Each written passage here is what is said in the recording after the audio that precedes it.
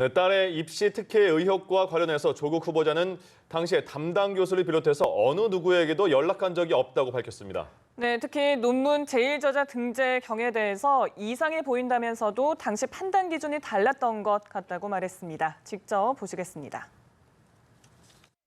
당시에는 그 과정에서 상세히 알지 못했고 최근 이 검증 과정에서 확인하게 되었습니다. 그 문제 학부형 참여 인턴십은 저나 제 배우자가 만든 것이 아니라 당시 저희 아이가 재학 중이었던 그 고등학교의 담당 선생님이 만드시고 그 만드신 프로그램에 저희 아이가 참여했던 것입니다. 그리고 그 과정에서 제가 그 교수님에게 저나 그 어느 누구도 연락을 드린 적이 없습니다. 마찬가지로 논문 과정에 있어서도 1저자라가 되고 있는 그 문제에 있어서도 제가 그 교수님께 또는 저희 가족 어느 누구도 연락드린 바 없습니다. 저든 저희 어떤 가족이든 이 서울대 동창회 장학금에 대해서 신청을 하거나 전화를 하거나 연락을 하거나 장학회건 환경대학원 어느 누구에도 연락하지 않았습니다. 저희 아이도 서울대 동창회 측으로부터 선정되었다고 연락을 받았습니다.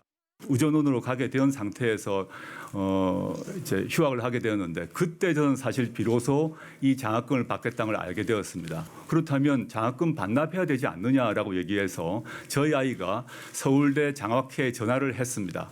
반납하고 싶다라고 얘기를 했습니다. 그랬더니 서울대 장학회에서 답을 하기를 한 번 받은 장학금은 반납이 불가능하다고 해서 어쩔 수 없이 두 번째 장학금도 받게 되었습니다. 입학 사정관 제도가 들어오고 당시에 정부나 학교나 언론 모두에서 인턴십을 하라고 대대적으로 권장을 했습니다. 그에 따라서 이루어진 것입니다. 물론 그렇다고 하더라도 그런 인턴십의 제도를 이용할 수 없었던 많은 분들이 있습니다. 그 점에서 제가 또는 저희 아이가 혜택받은 것입니다. 그러나 저는 그 점에 대해서는 저를 비난해 주십시오.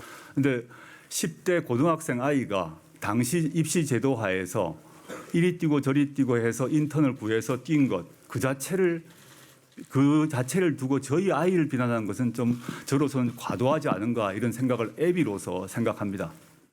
저희 아이가 이제 영어가 조금 잘하는 편입니다. 그래서 그 실험에 참석하고 난 뒤에 그 논문들을 참여한 연구원들이 연구 성과, 실험 성과를 영어로 정리하는 데 큰 기여를 했다라고 평가를 하신 것 같습니다.